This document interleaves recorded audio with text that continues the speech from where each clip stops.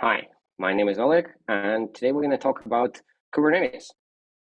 And this is a very special session for me because I learned quite a bit about Kubernetes while I was preparing this, and I'm a Java developer at heart. So let me quickly just run through what the session is, and then we go straight into sort of the meat of it. This session will not make you a cloud technologist expert, or it will not teach you everything there is to know about Kubernetes. That is just, frankly speaking, impossible. But for the longest time, I was just a Java developer, and I struggled with learning Kubernetes. And we will try to cover the basics and understand the components. And I want to present you sort of a tangible way how you can experiment with some Kubernetes clusters and Kubernetes components to see what's in there, what it consists of, what it can do, and to have like sort of the groundwork for the further exploration. For the day job, I work at Atomic Jar, which is a startup created by the maintainers of the test containers libraries. And test containers libraries are they integrate with Docker, and they provide you with the facilities for doing integration testing in the right way, very easily, where you programmatically create things, and then it's going to help us in this session as well. I work as a developer relations person, and if you have any questions, you can just hit me on any of the social if you don't have a chance to ask it here. So let's talk about Kubernetes. I've tried to learn Kubernetes for quite a while, and then every time I attempted that, I didn't have like a strong necessity. I didn't have like a job requirement to learn Kubernetes, or I would be useless for the next months at work or something like this. So it was mostly an interest for me, but eventually the real world caught up with me, and nowadays cloud is everywhere. Kubernetes is what powers cloud technologies very much. And even if you were a Java developer who mostly deals with creating libraries for other people or working on legacy projects, you will need to venture into understanding what Kubernetes is. And a lot of problems from like learning wise, what was hard to learn Kubernetes for me is because a lot of tutorials or guides or videos were a little bit over my head. So they would start very simple, like, oh, let's create a cluster, run this command. And then they will go into, oh, let's create private networks. Here's the idea how private networks work and why the security is so important. And it was just going from zero to complex topics a little bit too fast for me. So in this session, I will try to offer a different approach. And if you've finished a number of Kubernetes tutorials, or if you know what you're doing when dealing with Kubernetes, maybe this session is a little bit too beginner for you. But if your main experience is just Java application creation, being Java developer, and you want to understand the basic things that build a Kubernetes cluster, or what are their responsibilities, then we will try to cover it in the next 20 minutes. Of course, we will not get to the full understanding. So I'm not promising that you will have this super realistic owl there, but we will try to sort of hand wave through some of the topics and get an approximate understanding what the owl is, sort of like this child's drawing of an owl. We're going to use test containers because I want this to be a very practical, hands-on approach. And part of the value of this session, I think, is to give you an understanding, give you an opportunity to make sure that you can experiment with any technologies, not even just Kubernetes, any technologies freely by creating ephemeral environments with those and experimenting with them from your IDE, because that's where I feel myself the most comfortable in my IDE as a developer. Test containers is a collection of libraries. It works in many popular languages. There is test containers Go, there is test containers Java, test containers Node, test containers.NET, and so on. I'm going to use the Java version. And what it does, it integrates with Docker. So it stands on the shoulders of giants. With that, it's available for like most popular operating systems, and developers know how to operate it. But it also provides like programmatic API to create the containers running in Docker, to manage the containers, to configure applications within the container, and access everything in the container, which gives us a lot of flexibility for running things and for creating complex topologies. And we'll use that. So test containers gives us the lifecycle and cleanup facilities and service configuration within the container and integration with frameworks and tests. And one very important part, what it gives us the ability to control those things, those technologies from the ID, which is very, very important, because when you don't know what you're doing and you're just exploring the API or exploring what's possible, having IDE with content assist helps a lot, because you just can type dot and then you're like, oh, interesting, I can do this with Kubernetes, or I can do that with like any other technology. And why test containers is great for our exploration of Kubernetes is because it comes with the ecosystem of modules. One of them is Kubernetes.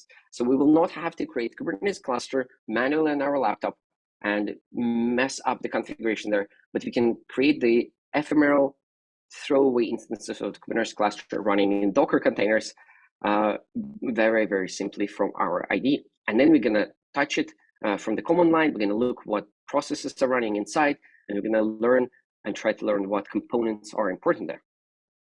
So this is intro. We're gonna learn Kubernetes by trying to create it and work with it. So let me quickly go to my ID. And this is how it looks. This is a sample Java project.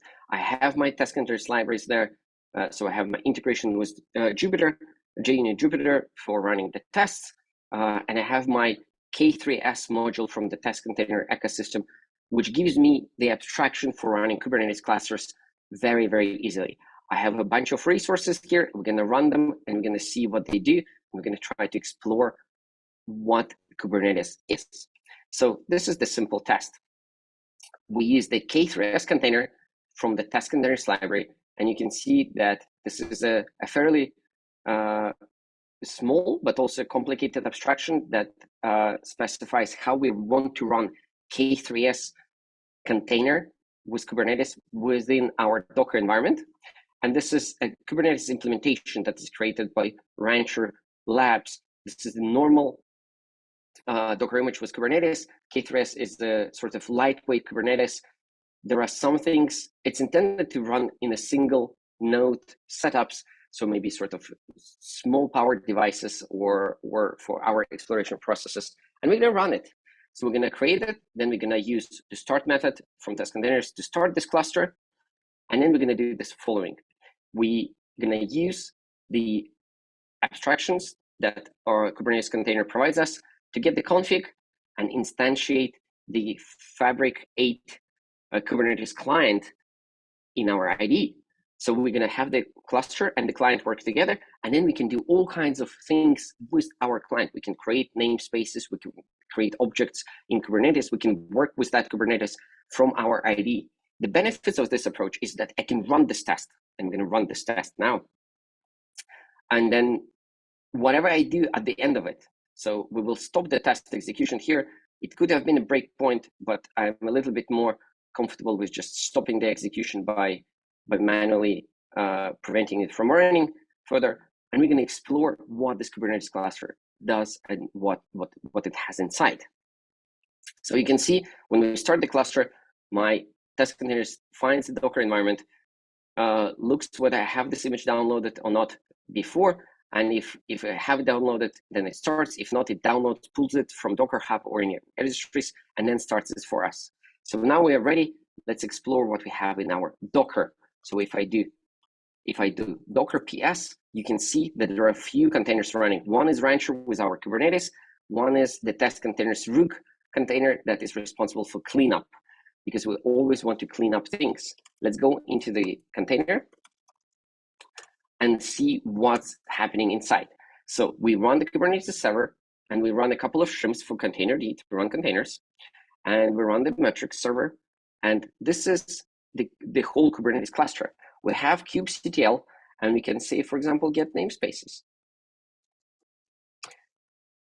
You can see that there are a bunch of namespaces that are available from start by default, and there is also a namespace called Oleg that we created from our IDE just earlier.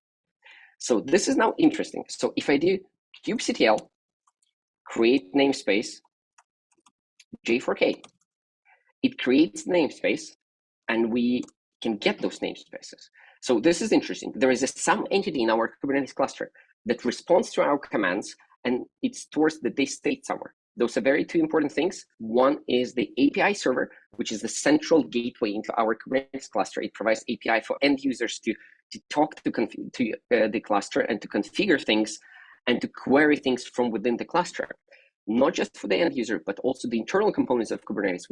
Are gonna talk to the API server, and they're gonna figure out what the API server state is, what is the state in the database, and try to kind of converge the Kubernetes cluster to that desired state. It's sort of the metaphor for that is sort of like Uber Eats.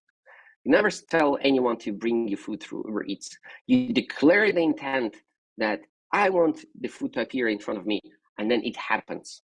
It happens automatically in a very declarative way. It can be cold and soggy when it arrives to you, but it will arrive to you, and you will not have to make any commands to somebody to pick it up or to have to cook it for you.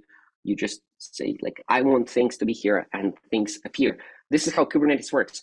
Other components within Kubernetes talk to the API server, and they subscribe to certain event changes. So when something happens with the API server, then when something happens, some changes happen in the state. The components that are responsible for those implementing those changes, they get the notification, and they run the things to try to converge to the desired state.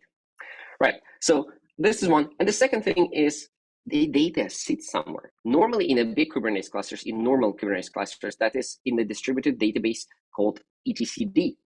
It's distributed key value store. It's very, very efficient. It can run across multiple nodes. For our setup, Kubernetes cluster K3s by default runs with the embedded SQLite process, which is a little bit inconvenient to work with. So we're gonna set up a little bit different setup here. So let me just show you how we can enhance this for better visibility and the better explorability. Here, let's do this. Now we do the following thing, and it is interesting. We're gonna replace SQLite with Postgres. So we're gonna run a Postgres container using test containers within the same network as our K3s container, and we're gonna say, oh, K3s container, your data store endpoint is our Postgres that we're gonna connect those together. We're gonna start Postgres, we're gonna start Kubernetes, and then we're gonna create the same things. So I'm gonna run this now. And we're gonna see the following very, very important thing. Let me close the previous. Stop this. Stop that. Items. So we're gonna see the following thing. Our Postgres will start, and we not just start it because it doesn't by default randomizes the ports on which things start, but we're also gonna create the proxy. So the local port 5900 will point to the dynamic port where our Postgres is running, which makes a lot of sense because I can do the following now. Let me just exit this for a sec. I can connect my database, and I can see my database, and I'm going to connect it to the local host 5900, and we're going to test the connection, and it works and it succeeds. So here's the table called Kine, and this is what the internal Kubernetes data store looks like. We have the names, we have the values, because etcd is the key value store, and we can look at it. So let's say we're name like Oleg, right? Wait, percentages, right? So Oleg can be on either side of that, right? And we see that. We see the registry and namespace called Oleg, and we also see other things that are called Oleg, which were created for us by Kubernetes. So here's the question. What creates those accounts? What creates service accounts for us? Is it the API server? No, it's not its responsibility. Is it the database itself? No, it's not its responsibility either. It's a different component. So this, the third component that we need to know of, this is called the Kubernetes Controller Manager. And there are a number of responsibilities that it has, and they could be separate processes. But for simplicity, it's usually like a single process for a controller manager. It can create your service accounts for necessary things. There is the node job manager that creates and manages nodes, and there's some other things. But it reacts to changes in the API server introduces, and then it creates different things for us. So it can control by default, it controls what happens in our Kubernetes cluster. There's also a scheduler and some other components of Kubernetes cluster, but it's a little bit more complex. At this stage, we don't need to explore them. So this is what we have. What I wonder what will happen. So if we do the same thing again here, so docker ps, right? We're going to take this rancher thing and we do docker exec minus -t rancher shell ps kubectl get namespace. This is interesting. So now we have Oleg. What's interesting here, what will happen if I will just delete this instance, right? What if I delete this? Delete this row. I submit, I commit this thing. There is no namespace Oleg anymore. And I can verify that that data comes from there because there is no namespace for me here. I can, of course, recreate this. kubectl create namespace Oleg, and it will come back. And then everything works, right? But what this experiment verifies, it verifies two things. First, we actually can have the full visibility into the data model of what Kubernetes is. We can look at the things that are there, and this is the sort of the JSON object, the kind of binary representation of a JSON object that represents those things, and we can interact with that manually from our IDE if we would like. And second, we figured out that there is the Kubernetes controller manager thing that creates additional things for us. We're going to talk about config maps in a bit, but the next thing, what we can do. So this is the necessary components that I think you should know at the very beginning that create the control plane. The API server, the controller manager, and the data store. They represent the configuration mechanism. You can access them to configure a Kubernetes cluster, to run your workloads, and this is where you send those YAML files to change the state that the API server stores, and then that state changes propagate to the individual components that need to implement those state changes. For example, the controller register that needs to create service accounts and such. So we can manage our namespace. The next thing is the workloads, is the data plane. It's not just the configuration mechanism. Yeah, Kubernetes is not just a main panel, right? It also can run our workloads. So we can have our containers with applications, and they could be our applications or somebody else's applications that in controllers that we can tell Kubernetes, please, I would like to have that application running in my Kubernetes cluster. And then those will run in the nodes in the Kubernetes cluster. What process schedules and runs the containers? Those are the kubelets. They called kubelets, and they implement the data plane. They talk to the API server, and they see when they see that they need to run certain containers, they start running those containers, and they keep an eye on them. And if necessary, they will restart those containers. And we're going to try to do that and deploy our application to Kubernetes cluster and see how deployments work. So this is the kube test number 3. Let's look at the code. Let's look at the code sort of briefly, and we'll see where it takes us. So this is the same test. We create Postgres, we create a proxy to Postgres because we want to be able to touch it from our IDE. We create the Kubernetes cluster with the same name. We configure it to use to our Postgres. We create the client, create the namespace, and then we create a thing called deployment. And this is very interesting because deployment is responsible for making sure that our containers that we want to specify run at the capacity that we ask them to run. So in this example, look, this is what you usually would create with a YAML, but since we are using the programmatic approach here, we just specify with the Fabric 8 Kubernetes client that we just want to have a deployment. We call it Oleg. And we say that we're going to run engines container of a certain version. with port 80 being open to the things, and we want to have 2 replicas. That means we want to have 2 engine processes running in our Kubernetes cluster. We're going to create this deployment, and then the Kubernetes cluster will figure out where those replicas need to run, and it will schedule them to run on certain kubelets, on certain nodes, and then those kubelets will fetch that information from the API server, and they will be like, I need to run Nginx, and they will start running Nginx. So let's run this test, and let's see what happens. Let's see what happens. We'll run this.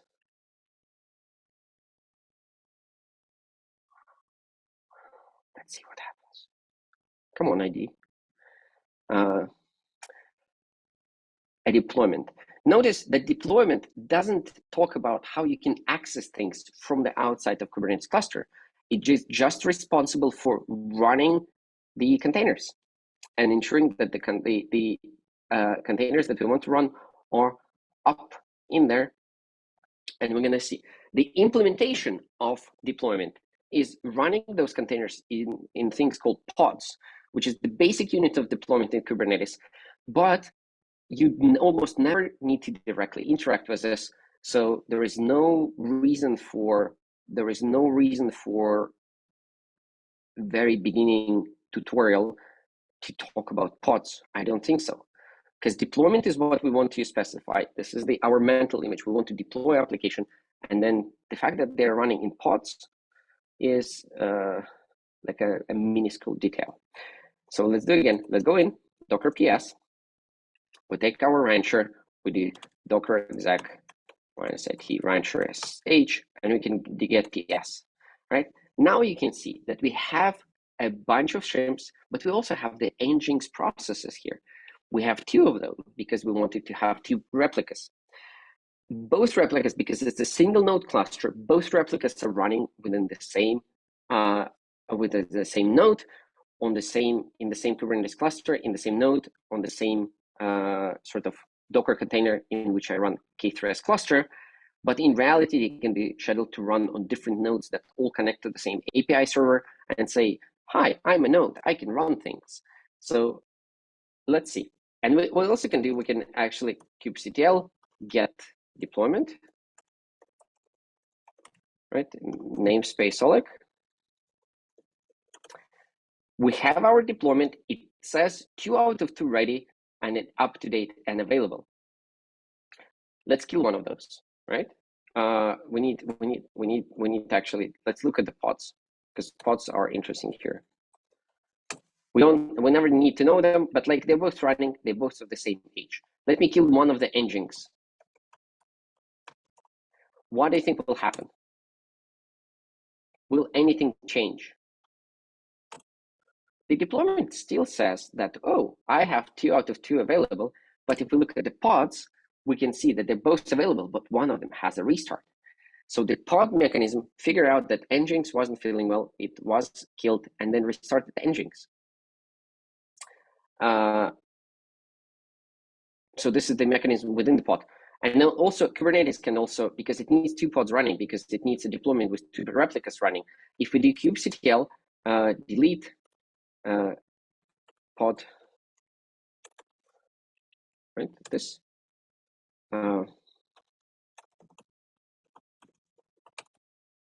We can delete one of the pods, and then when that is all said and done, Kubernetes will figure out that one pod is missing and our deployment doesn't have 2 replicas.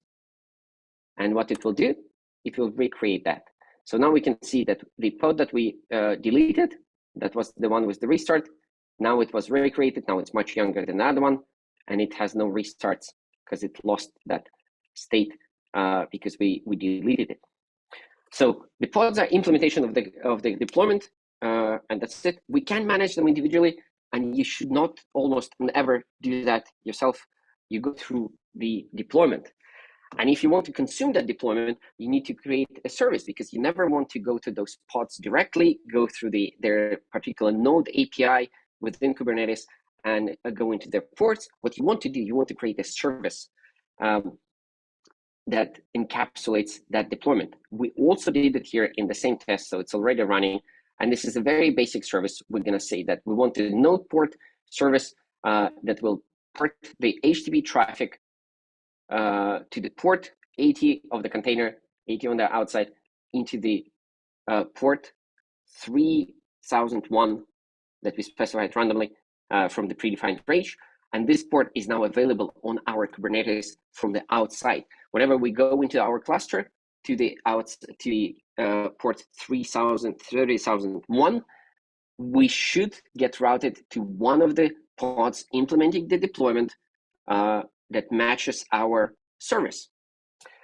From the outside, on the Kubernetes cluster, we expose that port to our host machine, this MacBook that is running this whole thing. So what I can do, I can exit here, and if I do docker ps, look at this.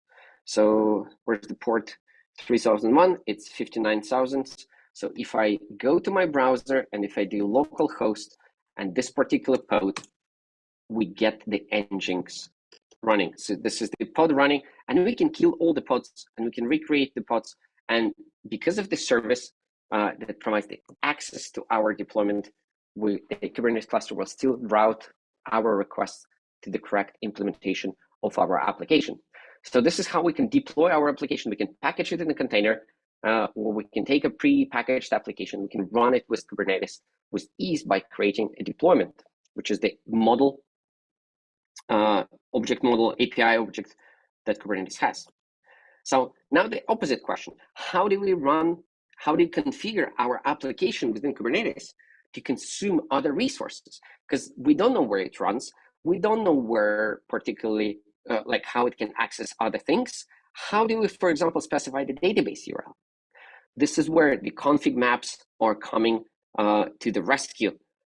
Config map is an implementation of configuration for the particular pod that need to be available there. I'm not going to run it, but I'm going to show you how it looks. It's very simple. You can create the config. It's a very flexible concept. You can create config maps of files and like properties files, or from the directories of the properties files, and then or like just key value as store. So here, for example, we would create a config map where a JDBC URL will point to a Postgres JDBC URL. So if our service would need that, you can bind that config map and make it available to inside the deployment to the particular pods, and then they will take that URL as properties, or you can bind it to as a file on the file system, and then they will get the property files on the file system, and that's how you can configure application to run in Kubernetes cluster with particular configuration. You don't want to use config map for secrets. For that, you use objects called secrets, but you can configure things in the Kubernetes cluster fairly confidently with config maps. So here is an example how I can do this programmatically. So if you wish to rerun this example, you can try running this example, and you create config map, and then you explore it either from Kubernetes cluster, or you look how it looks in a database, and then you can run your applications there. Right. We have just a few minutes left, so let's go back to IDE, to our presentation, and just see a few summary points. We talked about a bunch of concepts in our Kubernetes cluster, and the most important ones are the API server, which is the server that gives us information and allows us to configure applications within Kubernetes itself. etcd, which is a key value store, where the state of the Kubernetes is being stored. Kube Controller Manager is what responds to certain Kubernetes events and creates necessary things. Kubelet is the process that runs our pods, that runs our applications. And then you need to know the basic API objects that API server deals with. The most notable are deployment, which is the responsible for running our applications in Kubernetes. Services, which are exposing our application, our deployments in the sort of pod independent way to the outside world or to other services in Kubernetes. Config maps to configure our applications, and pods are the lower level instance of what is implementing deployment, which you probably need to know about it, but you don't have to interact with that directly almost ever, unless you get into more complex setups and work with Kubernetes on the most higher level.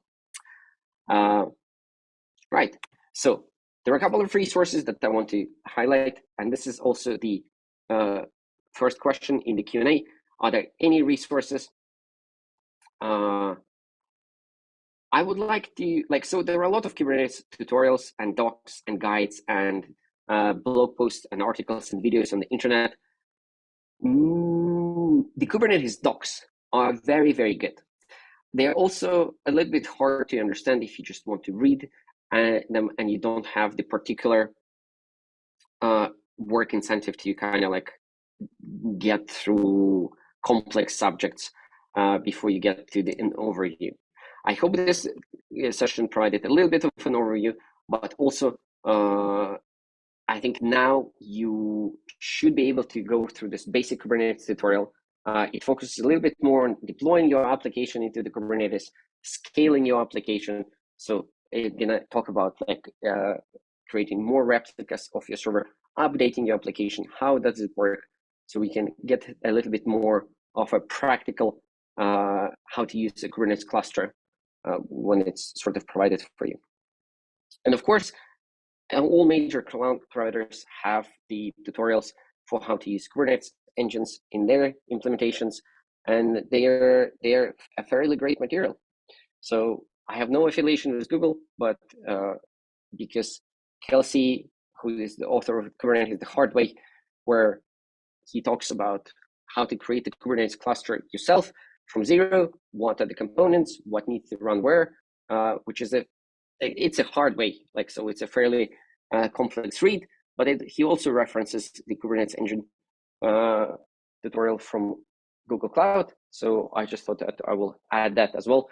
But you can find whatever cloud you are most comfortable with.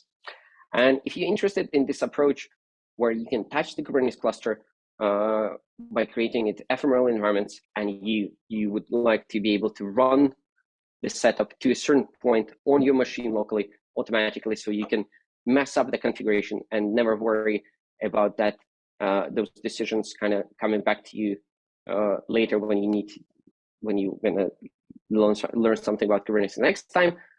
You can check out Task Containers, which not only works for Kubernetes, but for a number of other technologies. Most popular ones are covered, and you can also, if you're in the Java ecosystem, you probably either using or should look at Task Containers to use it for integration testing. So those are the resources. This is all that I have right now. I hope it was interesting for you. I hope it gave you a little bit of an overview. What are the necessary parts of the Kubernetes cluster? And yeah, thank you very much. And if you don't have any more questions, please ping me online.